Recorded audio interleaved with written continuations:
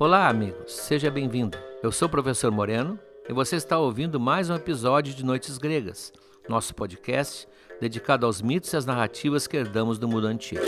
Lembro que no site noitesgregas.com.br, para cada episódio eu publico um material extra, textos, vídeos, áudios, de acesso exclusivo para aqueles que nos apoiam.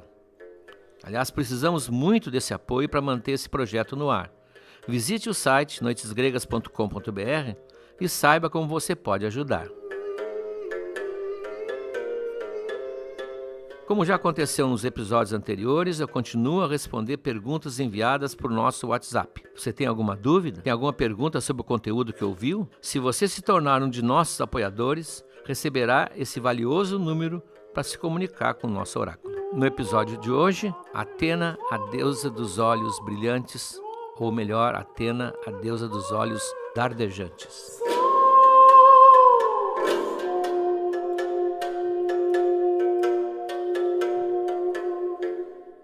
Vamos ver hoje a deusa talvez mais interessante de todo o panteão grego, que é Atena, a deusa dos olhos brilhantes, ou, segundo alguns, a deusa dos olhos dardejantes.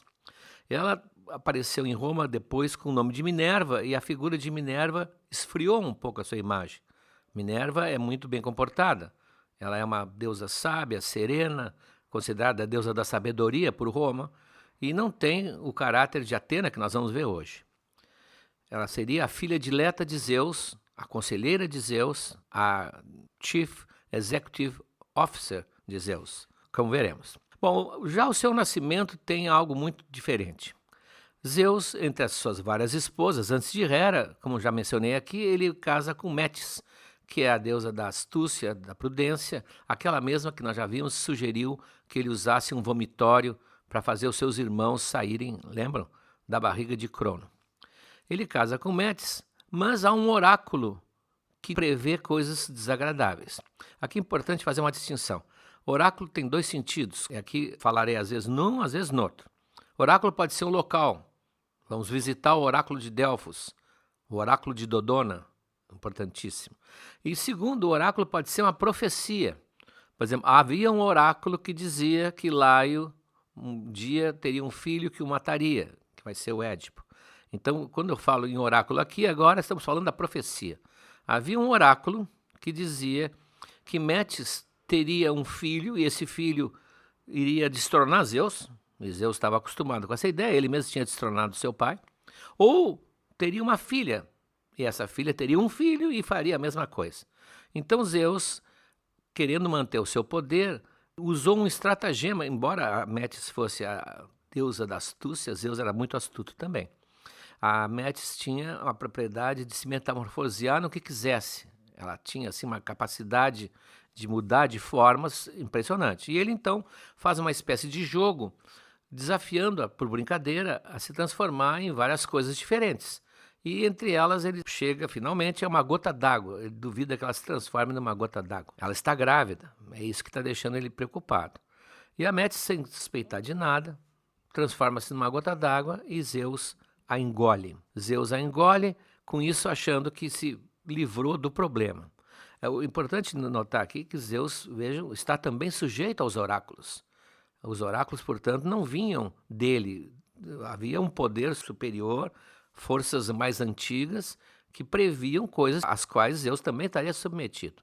Ele engole e, portanto, se mistura no seu corpo a Metis, ele absorve a Metis. Eu já usei aqui uma expressão num desses episódios anteriores, ele fagocita a Metis. Só que junto ele engole também duas coisas. A principal qualidade da mulher, que era a prudência, a sabedoria e a astúcia, que ele vai assumir, mas também um embrião já fecundado, que vai seguir o seu ciclo normal de desenvolvimento. Ora, passam-se os 9 meses, não havia como fazer nem humanos nem deuses em menos de 9 meses. Passam-se os 9 meses e Zeus começa a sentir uma terrível dor de cabeça. O bebê está a termo, ele está entrando em trabalho de parto.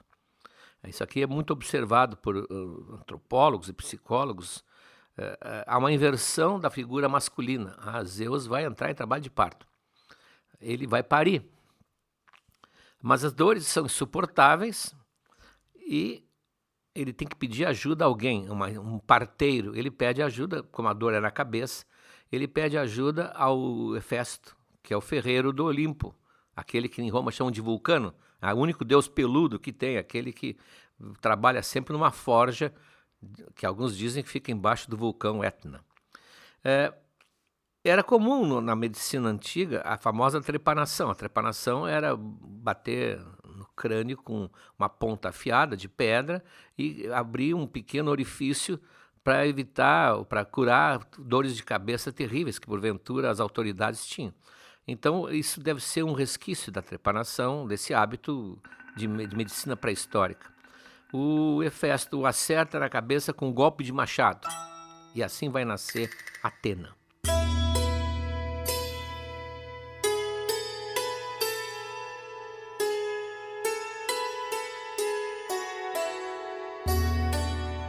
Mas antes que alguém veja aqui um exemplo de parto desumanizado, né, seria terrível, feito a machado, eu faço questão de ressaltar, e você vai concordar comigo, a elegância da imaginação grega, ao evitar a saída desse bebê pelo único lugar viável que Zeus tinha, que você entende qual seria. E seria humilhante para uma deusa do calibre da Atena. Então eles usaram a ideia da cabeça. E é claro que essa escolha também vai gerar várias considerações e discussões, principalmente por quem olhava e ainda olha o lado simbólico da mitologia. Cria dois campos na luta dos sexos, a eterna luta dos sexos, né, que talvez para alguns tão importante quanto a luta de classes. Do lado da torcida masculina, a ideia de que uma mulher como Atena, inteligente como ela, só podia sair da cabeça de um homem. Mas do lado da torcida feminina, isso serve como um símbolo, uma explicação para a facilidade com que Atena e suas irmãs, e suas descendentes até hoje, todas as mulheres, têm de entender os mais íntimos pensamentos e intenções do homem. Afinal, ela viveu 9 meses dentro da cabeça de um deles. Nesse nascimento resta sempre uma dúvida. Teria Atena um umbigo? Isso não é bobagem, porque ela, na verdade, é uma filha sem mãe. É a mesma pergunta que sempre fizeram os pintores e os teólogos da Idade Média sobre Adão e Eva. Adão e Eva tinham um umbigo? Eles não nasceram de uma mulher, não houve o cordão umbilical. No caso da Atena, nós nunca vamos saber, porque ela jamais é representada despida. Quando havia procissões, havia uma cerimônia de carregar a imagem dela de um templo para o outro, sempre cuidadosamente vestido. Ela está sempre coberta. Então nunca saberemos se ela tinha ou não tinha. Se levarmos pela lógica, não tinha. Se pensarmos na mitologia como uma belíssima adaptação estética da realidade, devia ter, e bonito.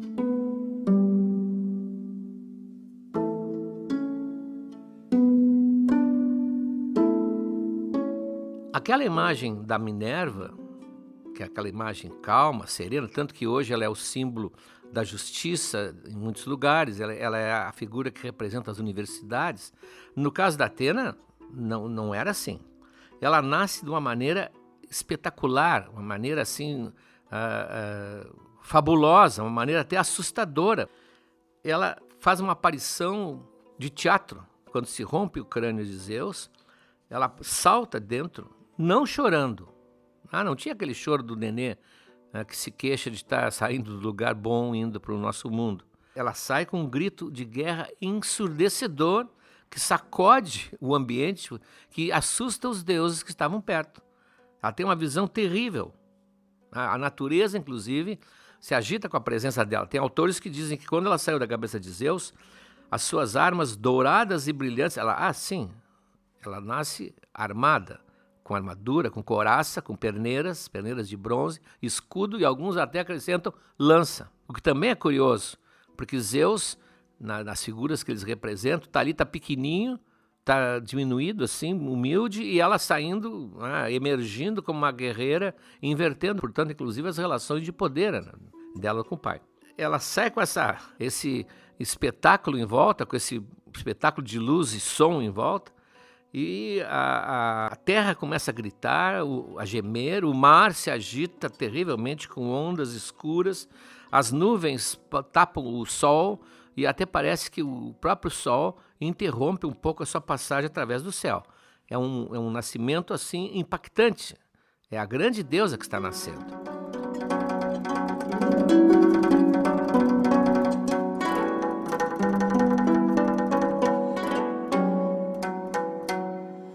Mas o que mais impressionava nela são os olhos. Os olhos dela brilham. Um brilho que alguns, dependendo de quem vê, achavam ameaçador.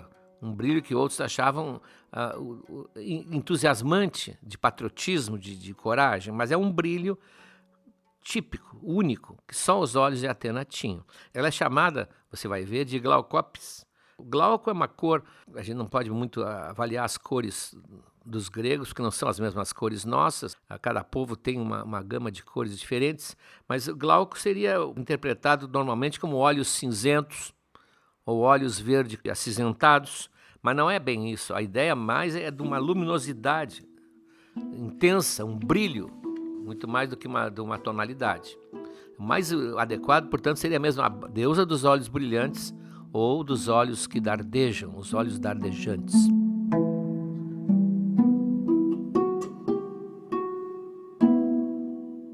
Ela não é criada por Zeus, ela é criada por um rei, o Triton, depois nós vamos falar nele no próximo episódio, e depois ela vai falar com Zeus e diz que ela decidiu permanecer virgem para sempre. É a grande oferta que ela faz a Zeus, porque agora com isso está desarmado o oráculo. O oráculo não vai se cumprir.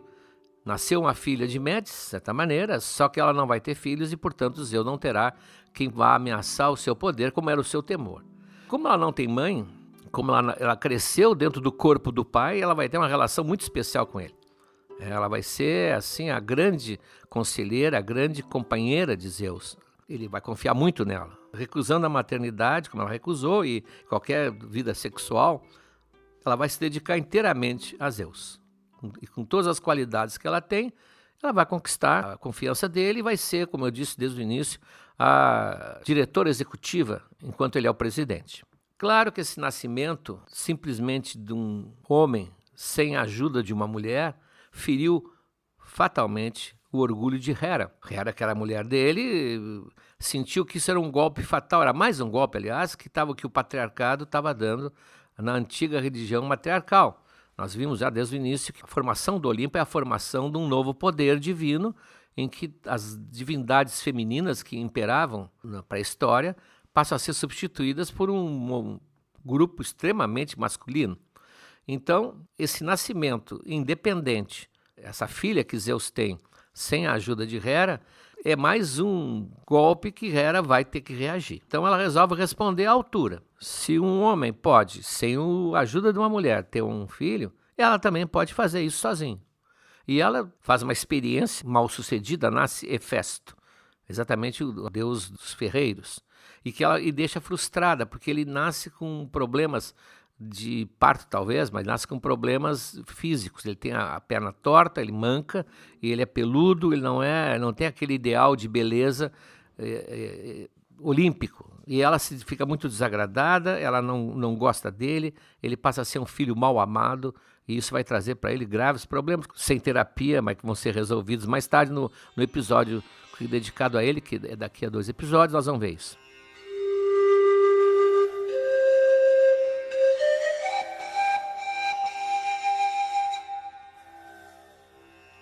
Bom, aqui nós temos um loop narrativo. Ora, se Hefesto foi gerado como resposta ao nascimento de Atena, como se explicaria que ele fosse o parteiro abrindo a cabeça de Zeus na hora do parto? Ora, isso aqui é normal nos mitos. Os mitos têm esses buracos negros. Nós temos que aprender a aceitar. O espectador moderno vive apontando falhas de roteiro, tem até sites que mostram isso. Pois bem, um espectador antigo dizia, é assim porque isso aqui devia ser assim, e não sacrifica que a história é boa.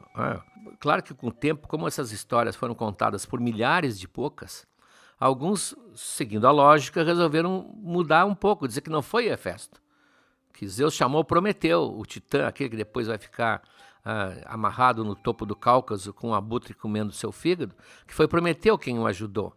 Mas isso é uma correção posterior, é o Hefesto. Até porque é importante juntar o Hefesto com a Atena, como nós vamos ver agora cada vez mais. Mas há um looping, portanto. Quem quer aproveitar os mitos, não fique usando a fita métrica e o relógio, porque não é o mundo da medida, é o mundo exatamente das dimensões inconscientes.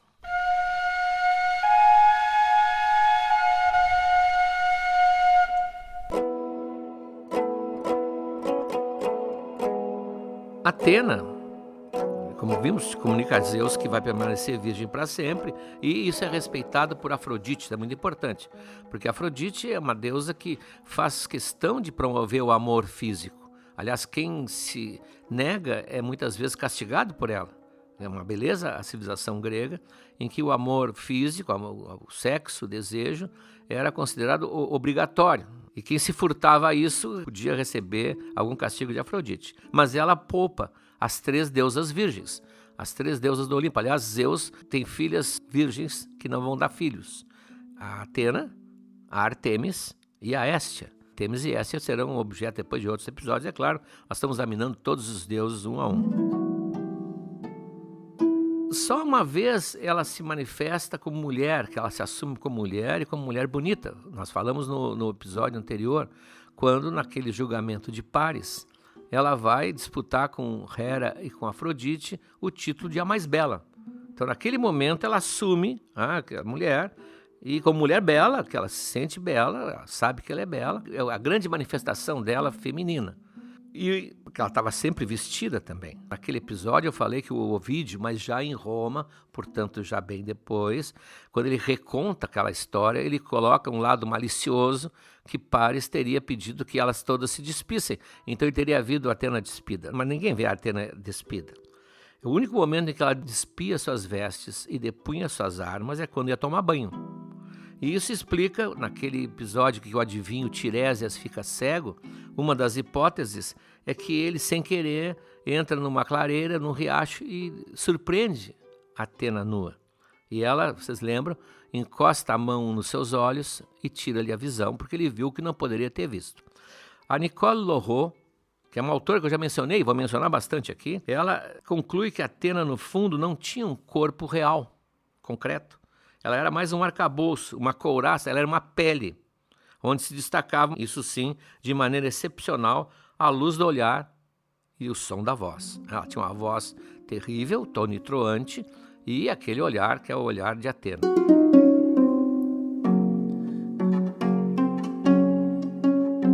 Como ela era a deusa de muitas coisas, ela é multifunção, ela é deusa de muitas, realmente muitas coisas, não é só de uma, não é da deusa da sabedoria, é a deusa de várias especialidades.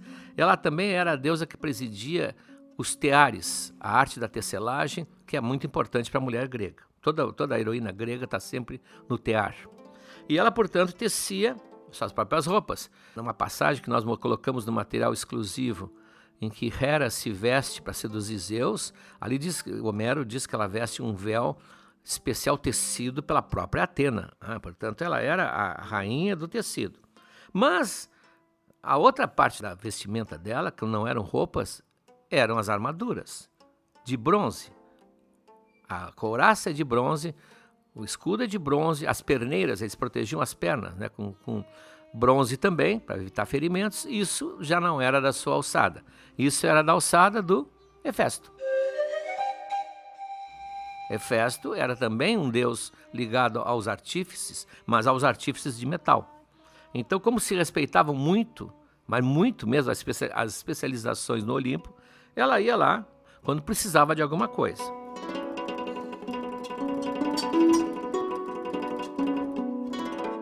Quando começa a se preparar a Guerra de Troia, ela resolve renovar o seu guarda-roupa, digamos assim. Vai começar a campanha de Troia e ela vai ter parte ativa, aliás, muito ativa na Guerra de Troia, como nós vamos ver. Então ela foi à oficina do Hefesto para encomendar novas armas. Aliás, ela ia lá como se fosse a um ateliê do costureiro. Ele era, na verdade, o costureiro da parte metal, o costureiro metálico. Bora, acontece que o Hefesto tinha se divorciado há pouco. Ele tem um casamento muito conflito turbulento com Afrodite, a mulher mais bonita, que ganhou o pomo da discórdia, a deusa mais bonita, casa com o deus mais feio. Isso é uma combinação que muita gente estuda até hoje. E não deu certo, ela o minotauriza, lhe dá cornos de minotauro e ele se divorcia dela. Então ele está sozinho e fica encantado com a beleza de Atena, porque ele tem que medir, ele tem que tomar as medidas, ele é tipo um alfaiate, um costureiro, tem que tomar as medidas e ajustes e tal. E ele começa a ficar cada vez mais fascinado por ela, aquela beleza virginal e estonteante de Atena. Ora, nós vimos no episódio anterior, que era do Poseidon, que o Poseidon ficou muito trombudo por ter perdido a cidade de Atenas para a sobrinha. E ele resolve descontar isso. Ele farejou o interesse do Hefesto, viu que o Hefesto estava interessado. O Hefesto é muito ingênuo, né? Ele vive na forja lá, martelando. Ele não tem aquela vida na corte do Olimpo, praticamente. Ele é um pouco ridicularizado no Olimpo, né? Ele farejou o interesse do Hefesto pela Atena e preparou aquilo que a gente chamaria hoje, plebeiamente, de uma pegadinha. Eu não gosto do termo, mas é bem claro, pelo menos, uma pegadinha.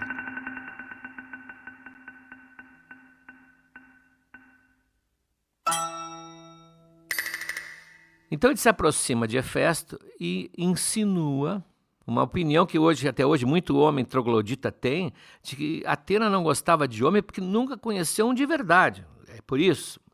Mas e que ele, Poseidon, achava que tinha notado na sobrinha que ela estava mudando de ideia.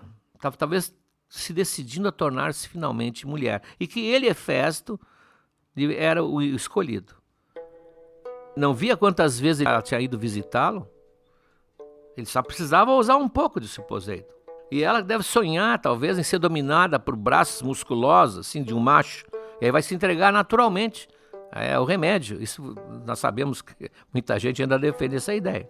E o próprio Hefesto, como nós, ele acaba acreditando no que queria acreditar, né? Isso é inevitável. Ele passa a fazer insinuações, a dizer aquelas frases de duplo sentido. E Atena não entendia coisa alguma, ela não está acostumada a esse jogo da corte, do namoro.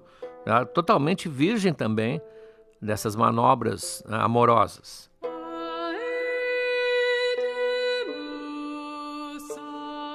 E ela ouvia inocentemente, achando o Hefesto, talvez, como diria hoje, muito fofo. Mas ela estava impressionada como o Hefesto era dedicado e empenhado em fazer as suas armas.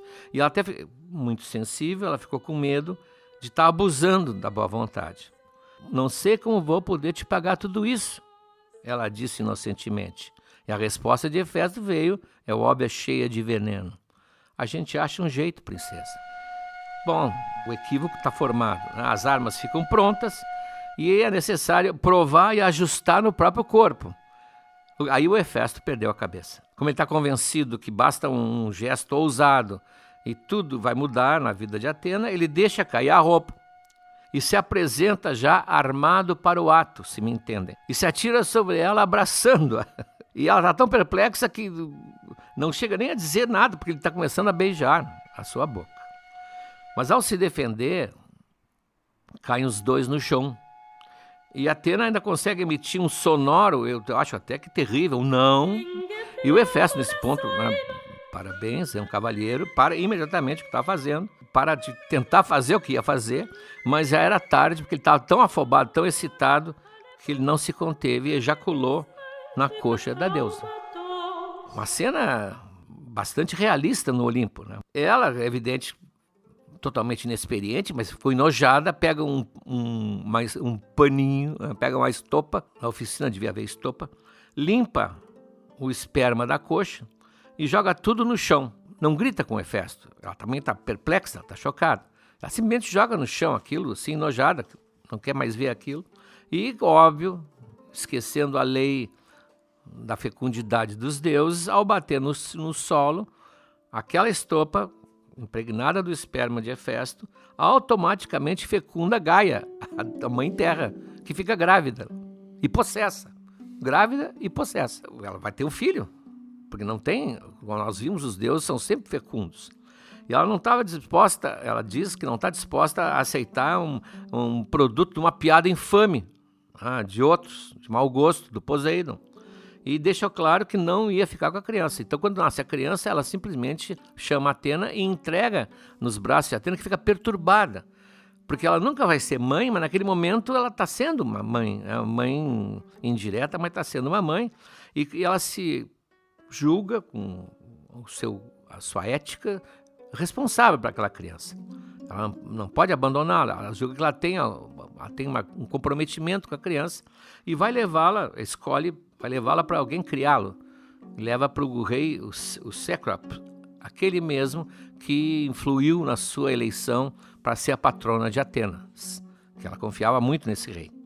Então nasce assim o Erictônio, que depois mais tarde vai herdar do pai, porque ele é adotado pelo Cécropes, ele vai ser o rei da cidade que já tem nome. Mas ela faz questão de manter o menino escondido e incógnito, para que o Poseidon ainda não aproveite mais o resultado da sua brincadeira. Ela não ia dar esse gostinho para ele.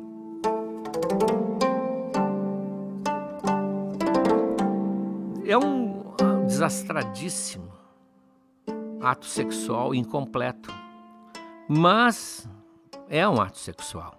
E com isso vai aumentar muito o vínculo entre Hefesto e Atena. Eles se tornam, na verdade, meio que pais do menino. Então a vida de Atena vai estar muito vinculada a de Hefesto, inclusive nas posições dos templos na Grécia, nos ritos. Eles são colegas de profissão, são ministros, digamos assim, são deuses que presidem as artes e os ofícios. A Atena dos tecidos, da tecelagem, e o Hefesto dos metais. Agora, mesmo que com essa coisa, esse relacionamento incompleto, eles são parceiros de um ato que se concretizou na figura do Erictônio. Mas muito, muito mais importante ainda que tudo isso, e com isso eu vou encerrar, eles compartilham uma estranha e intrigante semelhança. Hefesto é um filho sem pai, irmão de Atena, uma filha sem mãe.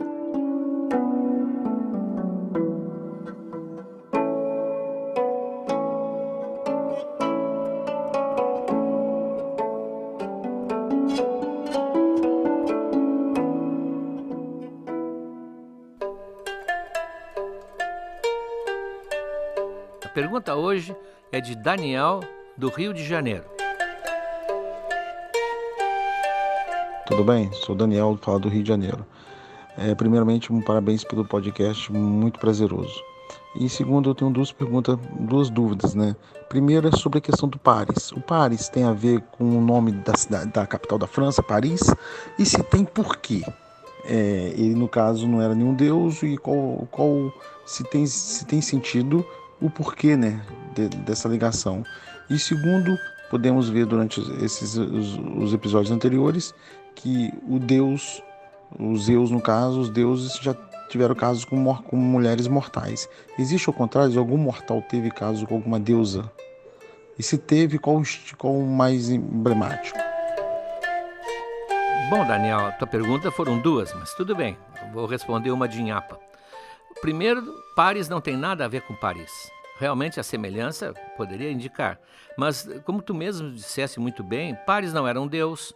Paris é um herói que morre na Guerra de Troia e não teria razão para se criar lá na Europa, centro do continente europeu, uma cidade com o nome de Paris, homenageando ele. Realmente houve hipóteses ligadas a Ulisses, porque Ulisses zarpou em direção à Sicília e, portanto, passa por vários lugares, talvez até pelo Estreito de Gibraltar. Então dizem que Lisboa teria sido fundado por ele, deram aquela ajeitada de Ulisses para Ulissipona, tira o U, sabe como é? Como Machado de Assis dizia, como se transforma o tambor em corneta, o tam vira cor, e o bor vira neta. Bom, então não tem nada a ver. Há várias viagens a respeito, até da deusa Ísis. Deusa Ísis, uma deusa egípcia que ingressou no panteão romano, foi muito cultuada, então diziam que Paris seria para Ísis. Tudo isso é aquela velha regra do nem tudo que reluz é ouro, nem tudo que balança cai. Não tem nada a ver, tu tem razão, tu estavas cético e continua mesmo sendo cético. Agora, a segunda parte que é muito interessante. Realmente os deuses vivem tendo relações, casos amorosos com as ninfas, com as princesas, com as rainhas, alegremente. A tua pergunta é invertendo o sinal. E as deusas? Sim, algumas deusas se relacionaram com mortais. Mas como tu queres conhecer o caso mais emblemático, como tu dizes, só pode estar envolvida a nossa amiga Afrodite, porque Afrodite é uma deusa de vida sexual livre. Não é o caso da Hera, não é o caso da Deméter. A Afrodite escolhe os seus parceiros e os assedia. Ela um dia vai se encantar por um pastor belíssimo de Troia, parece que os pastores de Troia eram bonitos, porque o Paris também era de lá, o Anquises. E se aproxima dele, prudentemente, tirando o seu ar de deusa, porque sabe que se ela aparecer na sua figura divina, ela não consegue nada, ela vai assustar as mulheres. Além de ser belíssima como ela é, vai ser uma mulher assustadora para um pobre pastor. Então ela se veste de roupas pastoris, muda um pouco o seu ar e se apresenta realmente dizendo a ele que está encantada com a sua beleza e quer deitar com ele e terminam tendo relações. Quando ele acorda, ela está já afrodítica e aí ele fica apavorado, e se dá conta com quem que ele dormiu, com a deusa do amor, e ela diz: olha, tu não temas, não vou fazer nada contigo, e eu já estou grávida, e eu vou cuidar desse filho é nosso, e eu vou protegê-lo. E dessa relação nasce o Enéas, o famoso Enéas, que na Guerra de Troia é o único guerreiro que é poupado pelos gregos, que consegue escapar dos gregos, porque Afrodite o protege como a mãe protege o seu filho. Então houve outros menores, mas o caso mais emblemático é esse, a Afrodite com Anquises. Conta uma versão da história que o Anquises ficou tão impressionado que ficou muito tempo em silêncio. Aí um dia, aquela velha história, numa taberna, talvez em volta de um copo de vinho, ele diz: vocês nem sabem quem eu peguei. E aí os Zeus ficam furiosos e mandam um raio que não chega a matar, mas torra um pouquinho. E por isso que quando termina a Guerra de Troia, o Enéas leva Anquises nos ombros, porque ele está paraplégico. Mas esse foi o grande caso de amor entre uma deusa e um mortal.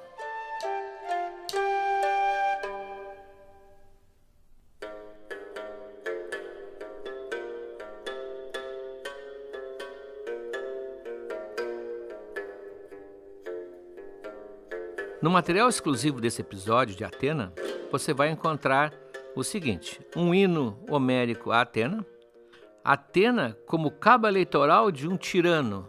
Por incrível que pareça, um político de Atenas aproveitou a imagem dela, sem autorização, é claro, e conseguiu um grande efeito político. Também uma amostra das representações da deusa nas pinturas, nas cerâmicas. E por último, uma pequena anedota antiga: por que uma mulher preferiu Afrodite a Atena. No próximo episódio, o lado escuro de Atena, suas fúrias, seus castigos, a Dark Atenas.